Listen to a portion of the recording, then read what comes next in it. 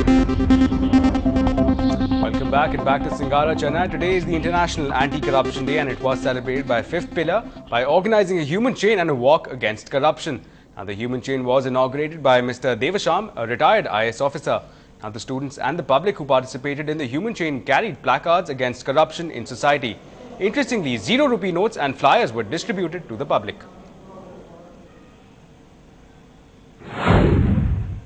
This celebration is to create an awareness among the public to act against corruption, minimize and reduce the intensity of corruption, stay away from corruption, know their duties and responsibilities, go into the schedule of sanctioning things, wait for some time reasonably and get their things done. In some more news from the city, today the Chief Metropolitan Magistrate of Egmore ordered Deputy Commissioner of Cybercrime to file an FIR against a leading mobile phone service provider for sending obscene SMSs without the consent of the phone users. Now, hearing a petition filed by V.S. Suresh, who said that such obscene messages violate clauses under Indecent Representation of Women and Harmful Publication Act, the court ordered an immediate investigation into the issue and asked the Cybercrime Police to file its report by December 30th. The Honorable CM was pleased to allow the petition, and the petition has been forwarded under section 156 subclass 3 of CRPC to register the FIR and investigate the matter and file the final report on or before 30/12. Now, India's Minister of State for Social Justice and Empowerment, D. Napoleon, has said that the government will strictly enforce disabled-friendly facilities at all government buildings. Now, he was speaking at the Parliament's upper house, the Rajya Sabha, when the issue was raised by DMK MP Kanimudi. The minister said that under a legislation passed in 1995, facilities for the physically challenged were mandatory at government buildings. He said that the law would be enforced vigorously for all state-owned buildings to include ramps, special toilets and switches and lifts marked in braille so that it becomes easily for the differently abled people to use them. Now, in a family drama playing out in the public eye, much like a soap, after a family feud, Vanitha Vijay Kumar has filed a petition against her father, and in a tit-for-tat move, later Vijay Kumar filed a petition against Vanitha and her husband Anand Raj. Earlier today, actors Vijay Kumar and Manjula filed anticipatory bail petition in the Madras High Court. And in response to that, the counsel for Vanitha objected to granting anticipatory bail to Vijay Kumar and Manjula. The court has posted the hearing for the petition for Monday.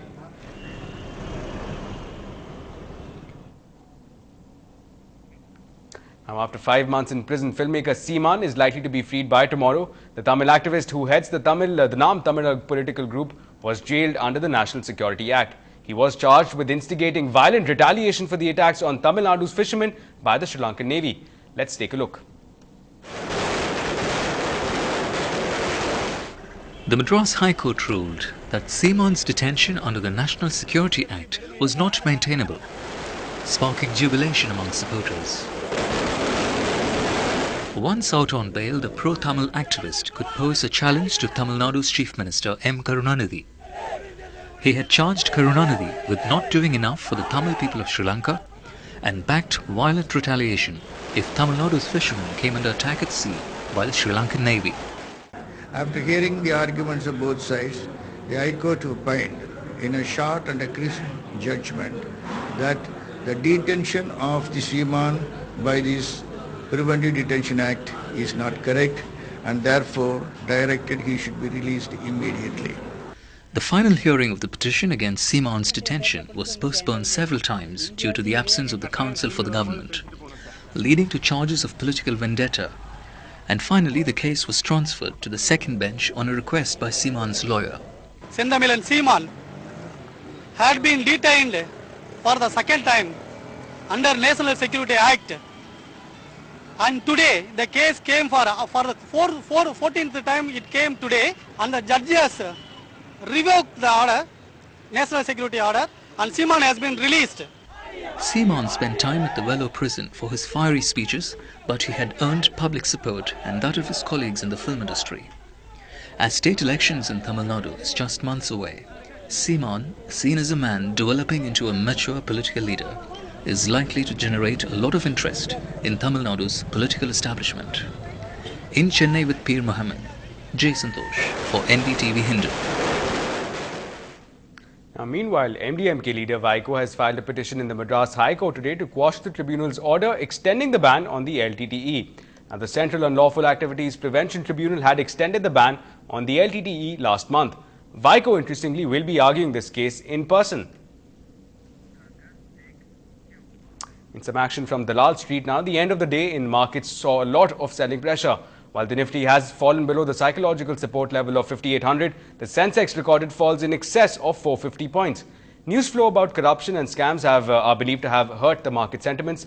Moreover, with the markets believed to be in correction mode, the bleeding continued with broader markets collapsing by as much as 4 to 5%. Now, the market breadth is very weak with declines far outweighing the advances. The banking, auto, realty and the metal counters were the worst hit. Now, in a desperate attempt to revive the sales of the people's car, Tata Nano, the management is resorting to desperate measures. The company has doubled the warranty period to 4 years from 2 years as of now to allay safety and durability fears. Now, just last month, the car maker has assured that the exhaust and the electrical system will be retrofitted after cases of fire had been reported. Now, the company is also in talks with various banks to provide finance facilities. Now, importantly, these measures come on the back of November sales figures when the Nano sales dipped by a colossal 85%. Now, it's a common practice. Pay a hefty advance and wait for a month or two for a wheeler to be delivered. Now, chances are if you wanted it delivered for your son's birthday in December, it would arrive in time for Deepavali. Why the inordinate delay, and all the while your money remains locked with the dealer? It's all because of a thriving market of off-road deals. Our crime reporter Salim investigates.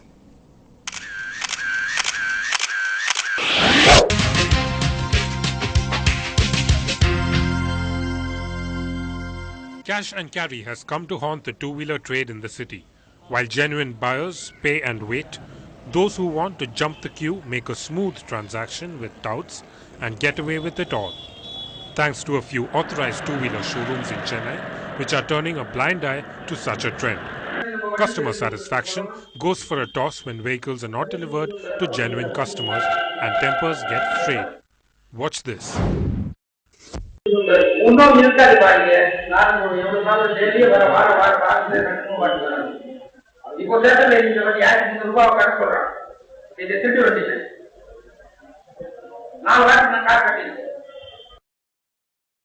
Not Chennai. It's all in a day's work for the employees of this showroom. Now, will India continue its winning streak? The stage is set for the final showdown in Chennai. We'll bring you that in just a short while.